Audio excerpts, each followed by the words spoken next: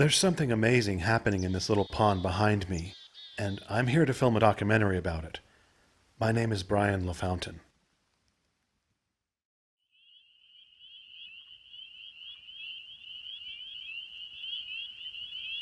There are so many creatures here tonight.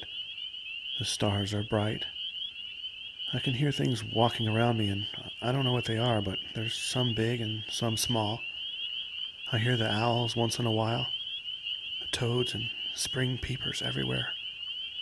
It takes a long time to find my way out here in the dark, but it's so calming and relaxing here. And it truly is a hidden world. I'm kind of glad because there are so many things here that are so fragile. And to be a part of it and experience this is very moving. That's why I wanted to share it in the form of a documentary.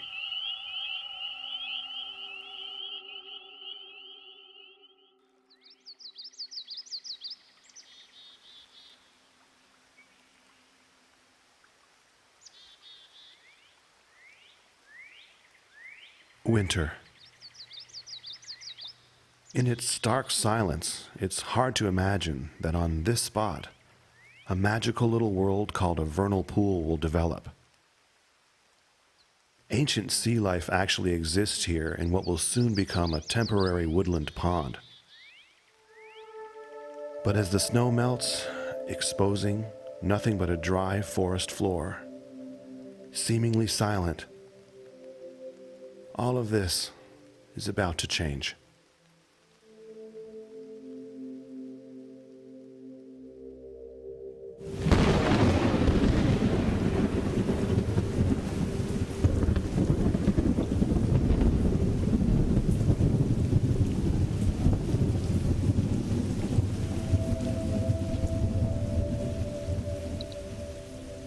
The cold rains of early spring wash over the landscape, and a tiny pond develops.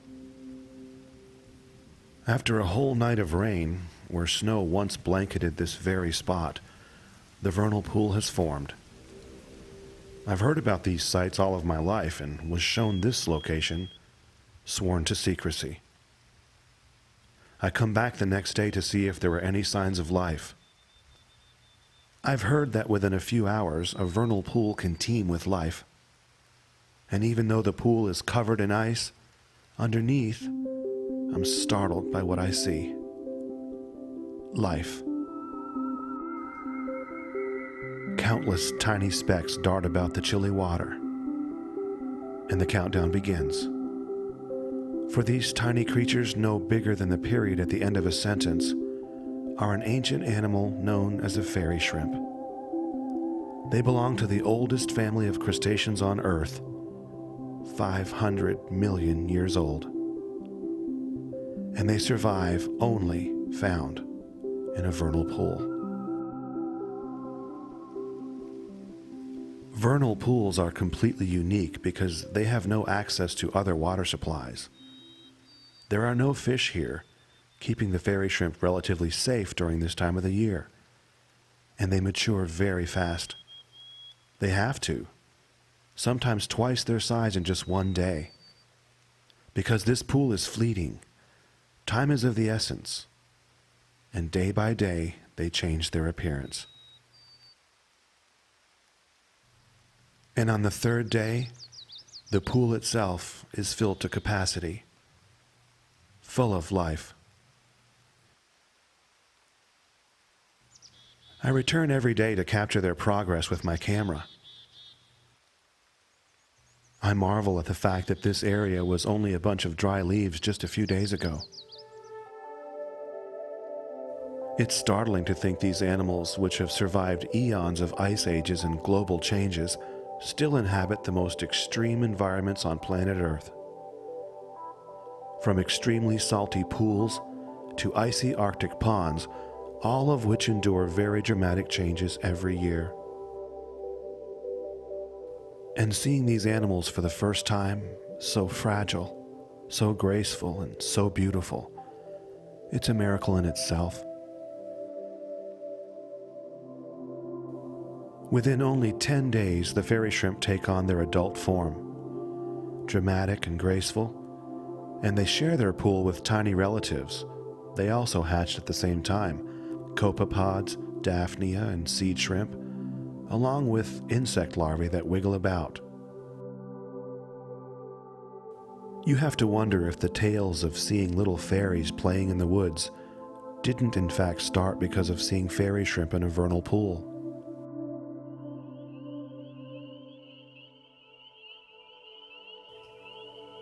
As adults, the fairy shrimp blend well with the leaf litter under the shallow water. They remain relatively still in the ponds. They have to avoid being seen by ducks, which sometimes stop in the pool for a little lunch. The pool itself has taken on more water and filled to capacity even more so, but it's still only a few inches deep. Having studied these animals for over 30 years, and finally holding one for the very first time, it was quite a moving experience. In less than 2 weeks, the fairy shrimp are now full-sized, only about an inch long. Their fragile, translucent bodies take on the color of the foods they eat, mostly algae. Day by day, I come to this secret location off in the woods to film these beautiful little animals. And although it may seem funny, I've become really attached to these feathery little friends of mine. And all of it's being documented with a tiny handheld camera. Every evening after work, I come to the pool to visit the fairy shrimp and enjoy the solitude. And I feel very welcomed there. And as night falls, I decide to film the fairy shrimp when they feel most safe in the darkness. And I placed my flashlight in the water, and what unfolded was nothing short of a beautiful dance.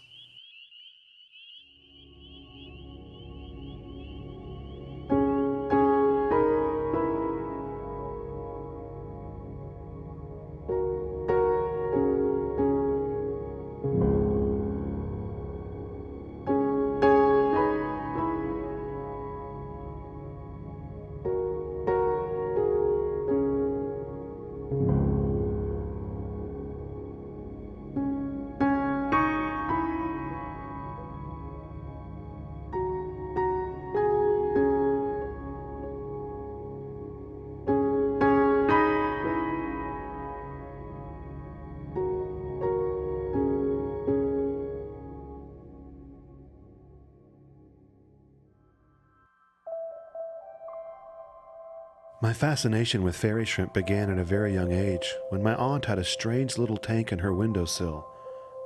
There were alien-looking creatures swimming about. I'd never seen anything like them. I was always fascinated with anything nature, but my aunt told me these little animals in her windowsill were called sea monkeys, and I just had to know more about them. When you looked at them in the pet store, even the tank said they were instant life, instant pets. In every pet store and in the pages of every comic book I read, cheerful caricatures smiled back at me. They were all seen frolicking in their tiny aquatic world. I was fascinated. Since they were marketed as instant pets, all you had to do was add powdered crystals to a jar and add water and stir, and it worked. I finally had my own sea monkeys. They were so playful and easy to care for. I would actually write to the company that sold them and share my excitement with them. And it continued for years and years. And to this day, they awarded me with a document stating my great honor in owning the world's longest living sea monkey family. I had some for 12 years straight. No one could believe it. I learned everything I could about them. I read that they were called brine shrimp, a saltwater relative of something named fairy shrimp, which could only be found in something called a vernal pool. And it took me over 30 years to finally find one. Both fairy shrimp and brine shrimp have distinctive features in order to tell their sexes apart. The males have what are called claspers on their heads, looking much like a crown. They're used in mating as the males hold on to the female. The females don't have claspers, but they do carry an obvious egg pouch. They all have excellent vision with eyes that can see all around them. They need to watch for predators that can show up and lurk about, such as this water boatman, an insect which floats above the water, motionless. They're always a threat because they can quickly inject a deadly sting on unwary fairy shrimp. But there is safety in numbers. The days go by, and by the 5th week, spring has fully emerged. Life outside the pond awakens, and the season unfolds.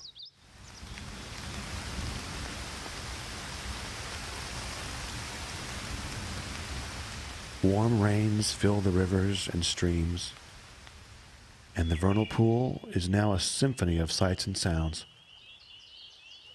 From toads to salamanders to ducks and wood frogs, the vernal pool becomes a stepping stone in their life cycle as well.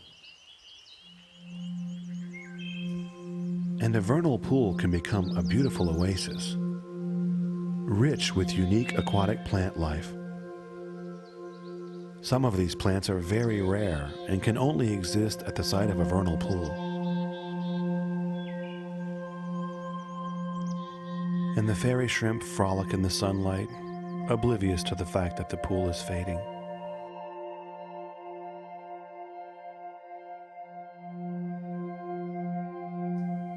Since I was a child, I always wondered what it would be like to swim with my sea monkeys. So I couldn't help bringing an underwater camera one day to the vernal pool to capture the image of what it would seem like to swim with a fairy shrimp.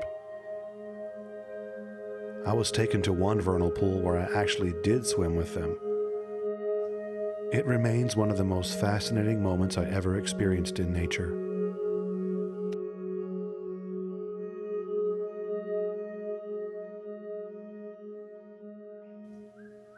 By the 6th week, the pool is much warmer and more shallow. I've been coming to this site both day and night for weeks, and feeling very much a part of the fairy shrimp's world. One night in particular stands out, which I captured on video that I'll never forget. A pair of fairy shrimp came up to me as they always do to inspect my light in my hand. There was a moment where, for the first time, I felt that I had connected with them. It overwhelmed me to see them pause and seem to look directly at me, intently. It truly was a pinnacle for me in creating this documentary. I couldn't help but express on film what that felt like. And most people think this is only a mosquito pond. They have no idea such beauty exists here, and so fragile and so delicate. And to have whippoorwills sing around you and calm night air and frogs singing, it's just bliss.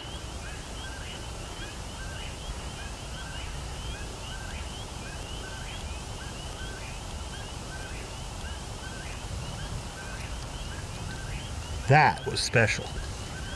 I get a little emotional every time I come here.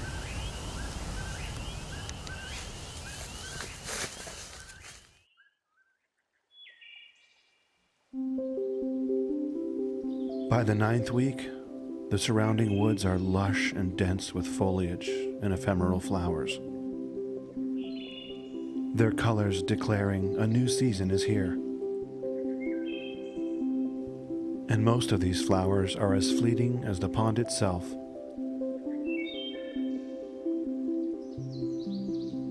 Just as quick as the seasons progress, so the pool gets more and more shallow. For now, the fairy shrimp must mate in order to ensure their survival at this site. This cycle at vernal pools can be ancient in both brine and fairy shrimp. The male swims up to a female and grabs her, and the mating ritual ensues. The male and female swim in tandem as he uses his claspers to hold on in the process of fertilization. The couple stay locked in this embrace sometimes for many days. Fairy shrimp are a miracle in their own right. The eggs can withstand temperatures of 150 degrees while resting on desert rocks in the beating sun, or hidden on frozen mountainsides in -0 temperatures. They can remain there for years, alive, waiting in suspended animation until conditions are correct and stable enough for them to hatch. The female cares for her eggs much the way birds do, in that they rotate their eggs. While in her pouch, her eggs are endlessly churned to ensure proper oxygen levels for each microscopic egg. Sometimes, if there's enough water in the vernal pool, the female will give live birth.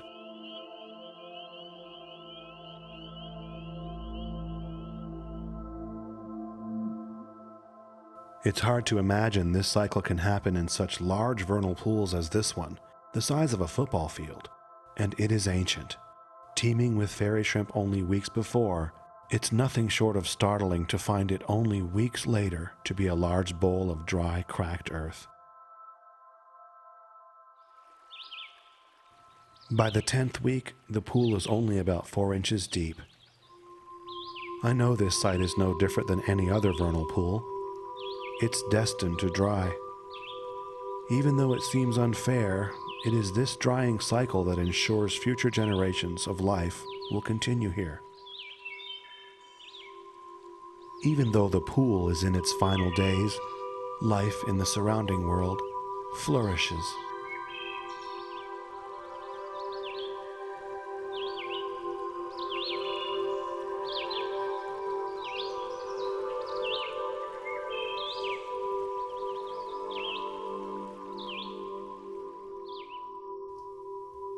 The surrounding trees take water from the pool as well, furthering their demise. I decided to take some of the fairy shrimp safely out of the pond one day to capture their beauty in vivid detail. It's interesting to note that fairy shrimp not only have 11 pairs of legs that they use for bringing food to their mouths, but they also use their legs to breathe, giving them their name brachiopod, which means basically breathing through their feet. Another odd characteristic of fairy shrimp is the fact that they're actually swimming upside down. In doing so, fairy shrimp can keep food particles from falling as their legs bring food to their mouths. Seeing these animals at such close range and such detail, it was amazing to me when I remembered these animals were once very large sea dwellers, and now, through eons of adaptation, their tiny bodies are translucent and feathery, of the most fragile animals on Earth.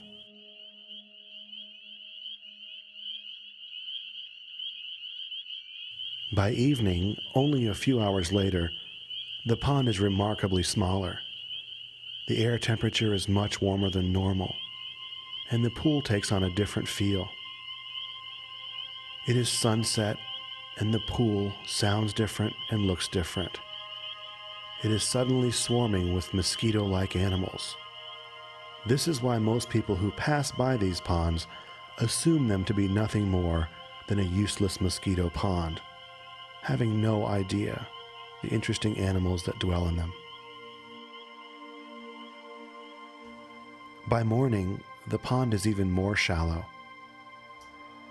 and the fairy shrimp themselves begin to show signs of struggle. The balmy nights keep the water temperature too high for the health of the fairy shrimp, and they instinctually gather in the deeper part of the pool, where the water conditions are much more hospitable.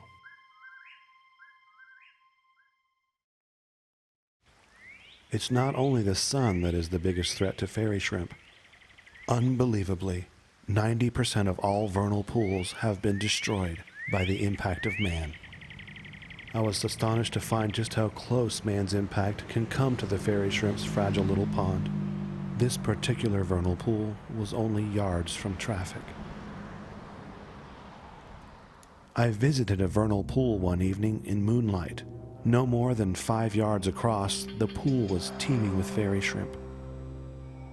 And by the next morning, I returned, and I was shown exactly how close man's impact comes to these pools. And as I looked over this man-made valley, only yards away from the pool, I knew I needed to help preserve and protect these fragile wetlands. But thank goodness there are people who devote their time to protecting and preserving vernal pools. We gathered the fairy shrimp from the site and put them in buckets. The fairy shrimp swam and frolicked, unaware of what we were doing. We were taking the fairy shrimp to another site that was completely protected. We gathered them and placed them in the new pool.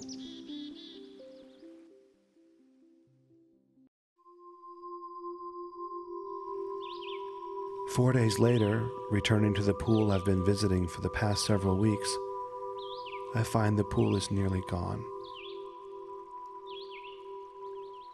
It's been many weeks of filming, and although a pretty sunny day, the 80-degree air feels insulting because the fairy shrimp are still alive. I know it's only a matter of hours now. I step closer to the pool for the last time. It was very hard to say goodbye.